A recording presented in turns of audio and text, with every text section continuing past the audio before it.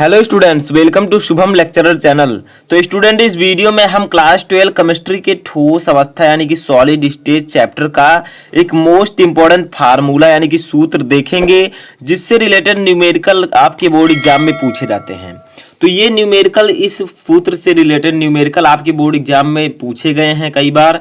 तो हम इस वीडियो में उसी फार्मूले को देखेंगे और उससे रिलेटेड एक न्यूमेरिकल भी लगाएंगे और इन सभी का आपको पीडीएफ भी डिस्क्रिप्शन में दे दिया जाएगा। ठीक है, तो अगर आप चैनल पर नए हैं तो चैनल को सब्सक्राइब कर लीजिएगा। ठोस अवस्था के मैंने पार्ट वाइज कई वीडियो बनाए हैं, आप प्लेलिस्ट में जाकर देख सकते हैं।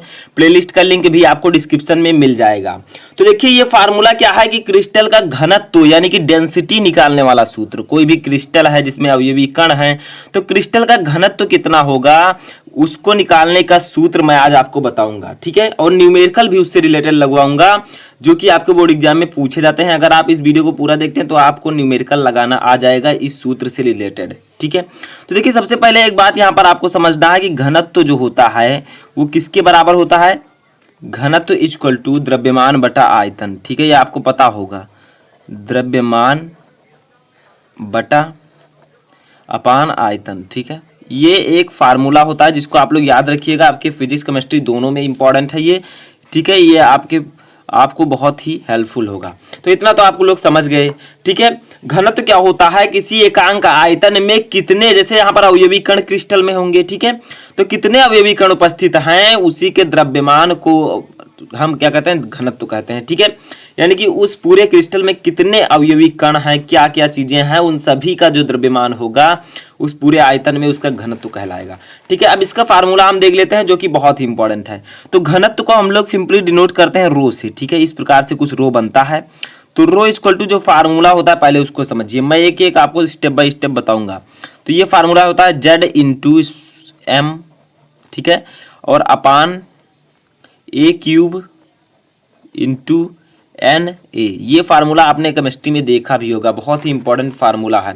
तो रो क्या है आपका, घनत्व है क्रिस्टल का घनत्व equal to Z into M upon a cube into N A. अब जेड क्या है, एम क्या है, ये क्यूब क्या है, एन ए क्या है, ये मैं आपको बता देता हूं। तो ऐसे ही न्यूमेरिकल पूछा जाएगा, पूछ लिया जाएगा घनत्व निकालिए, तो आप लोग आसानी से निकाल सकते हैं।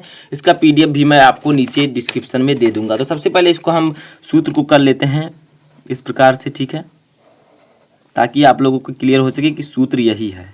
तो यही सूत्र आपको लगाना है। अब यहाँ पर आपसे एन ए भी पूछ सकता है, एम भी, कुछ भी पूछ सकता है, तो आप उल्टा करके इसे लगा सकते हैं।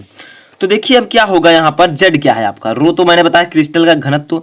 जेड क्या है यहाँ पर, तो जेड दो है बच्चों, वो है क्रिस्टल में प्रति एकांक, प्रति इकाई। ठीक है, प्रति इकाई सेल में उपस्थित, सेल में उपस्थित, ठीक है, परमाणुओं की संख्या, परमाणुओं की संख्या, कितने एटम है उसमें प्रति इकाई सेल में। ठीक है, उनकी संख्या को हम लोग कहते हैं जेड है ये। ठीक है, जेड क्या है, प्रति इकाई सेल यानी कि प्रति यूनिट सेल में उपस्थित परमाणुओं की जो संख्या होगी वो, उसको हम लिखेंगे जेड से। ठीक है, आगे देखिए क्या है, ये हमारा यम है, कैपिटल एम। तो कैपिटल एम आपका है परमाणु भार। ठीक है, परमाणु भार जिसे हम लोग इंग्लिश में कह सकते हैं एटॉमिक वेट, परमाणु भार। ठीक है, तो ये आपका यम है परमाणु भार। अब आगे बढ़ते हैं, जो सभी लिखा है हम उसको पहले आपको बता देते हैं। ये क्या है आपका, ये है इकाई सेल के, इकाई सेल में। ठीक है, इकाई सेल के किनारों के यहाँ पर रहेगा। ठीक है, इकाई सेल के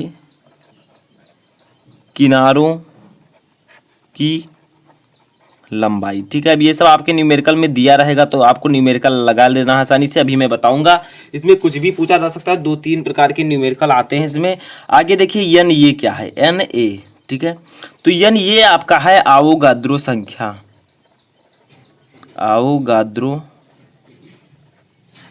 संख्या। ठीक है, और एन ए की जो वैल्यू होती है वो कितनी होती है, यहाँ पर समझ लीजिए 6.023 इंटू 10 के पावर 23। ठीक है, इतनी होती है एवोगाद्रो संख्या की वैल्यू। समझ में आया। अब आगे देखते हैं क्या है। ठीक है। तो ये आई होप कि आपको समझ में आ चुका होगा formula. Rho equal to Z into M upon a cube into N A. Z है प्रति इकाई सेल में उपस्थित परमाणुओं की संख्या, कैपिटल एम है परमाणु भार, स्मॉल ये है इकाई सेल के किनारों की लंबाई और एन ए है आवोगाद्रो संख्या 6.023 इंटू 10⁻23 इसकी वैल्यू होती है। ठीक है, अब आगे बढ़ते हैं। हम इससे रिलेटेड एक very important and most important numerical देखते हैं। तो यहाँ पर हम लिख देते हैं न्यूमेरिकल। ठीक है, तो इसको भी अब हम लोग समझ लेते हैं इस चैप्टर से। तो जो मैंने टॉपिक आपको बताया है, ठोस क्या है, क्रिस्टलीय ठोस क्या है, दोष क्या होते हैं, ठीक है, डिफेक्ट, और उसके बाद में क्रिस्टलीय ठोस, ये सब मैंने आपको ऑलरेडी पढ़ा दिया। क्रिस्टल जालक तो आप लोग जाकर देख सकते हैं, प्लेलिस्ट का लिंक मैं डिस्क्रिप्शन में दे दूंगा और चैनल पर भी विजिट कर सकते हैं। तो देखिए क्या है, एक न्यूमेरिकल हम यहाँ पर ले लेते हैं। ठीक है स्टूडेंट, इस वीडियो में हम इस न्यूमेरिकल को देखेंगे जो कि इस फार्मूले से रिलेटेड है। तो देखिए क्या है, चांदी का क्रिस्टलीकरण FCC जालक में होता है यदि इसकी कोष्टिका के कोरों की लंबाई 4.07 × 10⁻⁻8 सेंटीमीटर तथा घनत्व 10.5 ग्राम सेंटीमीटर-3 हो तो चांदी का परमाणविक द्रव्यमान ज्ञात कीजिए। तो देखिए इस फार्मूले से ये आपको निकालना है। कैसे निकालना है फार्मूले में बता देता हूं। देखिए यहाँ पर आपका क्या दिया गया है, कोरों की लंबाई दी गई है, यानी कि जो मैंने बताया था इकाई सेल के किनारों की लंबाई a दी गई है। ठीक है, उसके बाद में घनत्व दिया गया है, तो घनत्व दे दिया गया है।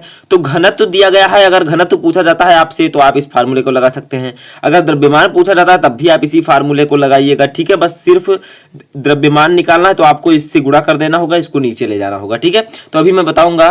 तो देखिए, तो चांदी का परमाणविक द्रव्यमान आपको m निकालना है, तो इसी को हम लोग चलिए निकालते हैं। कैसे निकालेंगे, सिंपल है, बहुत ही सिंपल है। तो देखिए सबसे पहले जो चीजें इस न्यूमेरिकल को में दी गई हैं उसको हम लिख लेते हैं। तो देखिए सबसे पहले दिया गया है FCC जालक के लिए। सबसे पहले आपको ये समझना है कि यहाँ पर FCC जालक है। ठीक है, जालक है के लिए, यानी कि BCC जालक, FCC जालक, कुछ इस प्रकार के जालक जो होते हैं। तो यहाँ पर FCC जालक के लिए आपको दिया गया है। तो यहाँ पर FCC जालक के लिए Z कितना दिया गया है, 4 दिया गया है। ठीक है, Z क्या है, प्रति इकाई सेल में उपस्थित परमाणुओं की संख्या। अब आगे देखिए क्या दिया गया है आपके इस न्यूमेरिकल में, कोर की लंबाई, यानी कि कोर की लंबाई दी गई है, कोर की लंबाई। तो जब आप किसी भी न्यूमेरिकल को करें तो पहले जो दिया गया है न्यूमेरिकल में उसको लिख लें। ठीक है, तो कोर की लंबाई है आपकी ये स्मॉल a, तो स्मॉल a भी आपकी यहाँ पर दी गई है 4.07। देखिए यहाँ पर ये दिया गया है, कोरों की लंबाई 4.07 × 10⁻⁻8, तो गुणे 10⁻⁻8 सेंटीमीटर। ठीक है, आपका एक और चीज दिया गया है, क्रिस्टल का घनत्व दिया गया है, घनत्व। ठीक है, तो घनत्व आपका दिया गया है स्टूडेंट 10.5 ग्राम सेंटीमीटर के ऊपर -3। ठीक है, इस प्रकार से आपका ये घनत्व दिया गया है। अब देखिए हमें निकालना क्या है, हमें निकालना है द्रव्यमान, चांदी का परमाणविक द्रव्यमान यानी कि परमाणु भार। ठीक है, तो हम लिख देते हैं परमाणविक द्रव्यमान, परमाणविक द्रव्यमान। ठीक है, जो कि है कैपिटल M। तो कैपिटल M इक्वल टू हमें यहाँ पर निकालना है। ठीक है, तो अब हम इस फार्मूले को यूज करेंगे। तो चलिए यूज करते हैं हम इस फार्मूले को। तो देखिए स्टूडेंट, आपका फार्मूला क्या था, तो आपका फार्मूला था रो इक्वल टू, जो मैंने आपको भी बताया था, तो रो इक्वल टू आपका फार्मूला था Z इंटू M अपान, ठीक है, A क्यूब। ये मैंने आपको बताया था कि NA इंटू A क्यूब, यानी कि A क्यूब इंटू NA। ठीक है, ये फार्मूला मैंने आपको बताया था और बताया था इसी पर आपका घनत्व तो निकलेगा। तो देखिए हमें यहाँ पर परमाणविक द्रव्यमान M को निकालना है। तो जब आप यहाँ पर M को निकालेंगे तो देखिए M है। ठीक है, तो ये क्यूब इंटू N, ये देखिए इधर हम लेकर चले जाएंगे। ठीक है, यहाँ से देखिए इधर भाग में है, इधर जाएगा तो गुणा में हो जाएगा। तो देखिए हमारा यहाँ पर हो जाएगा rho into A cube into NA। ठीक है, और अपान हमारा हो जाएगा Z, क्योंकि Z यहाँ पर यम के गुणा में था तो Z यहाँ पर नीचे आ जाएगा। देखिए यही फार्मूला है, लेकिन हमने यम को निकालना है हमें, तो यहाँ पर ऊपर नीचे कैची गुणा कर देंगे। तो इस प्रकार से आपका ये आ जाएगा। ठीक है, अब आगे देखिए कैसे इसे सॉल्व करेंगे। तो यम तो आपका यहाँ पर है। अब देखिए क्या क्या चीजें आपको दी गई है। घनत्व देखिए दिया गया है, मैंने उधर लिखा है तो 10.5, अभी मैंने आपको बताया था।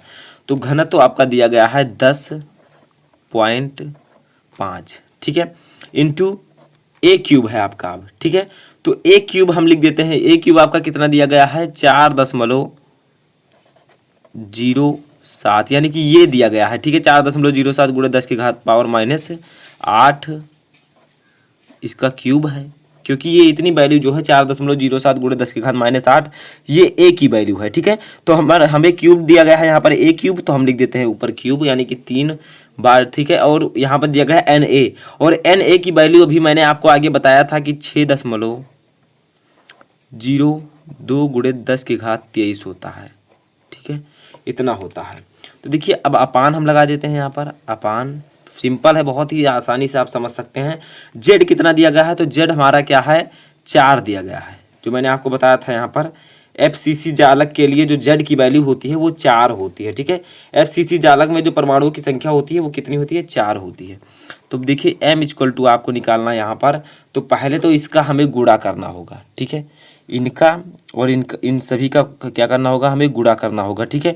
तो जब आप इनका गुणा करेंगे, पूरा प्रोसेस कर लेंगे, तो आपका जो यहाँ पर आंसर आएगा वो इतना आएगा। अभी हम गुणा करेंगे तो बहुत ज़्यादा टाइम लगेगा, क्योंकि यहाँ पर क्यूब है, ठीक है।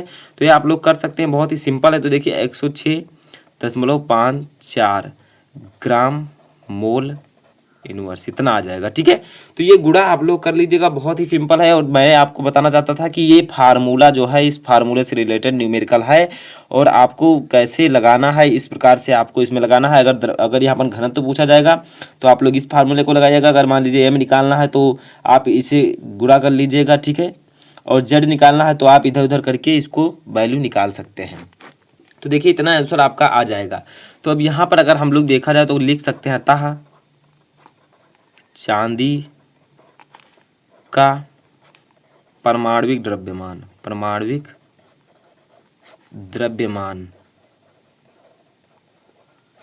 Equal to 106.54 gram mole inverse, ठीक है, होगा।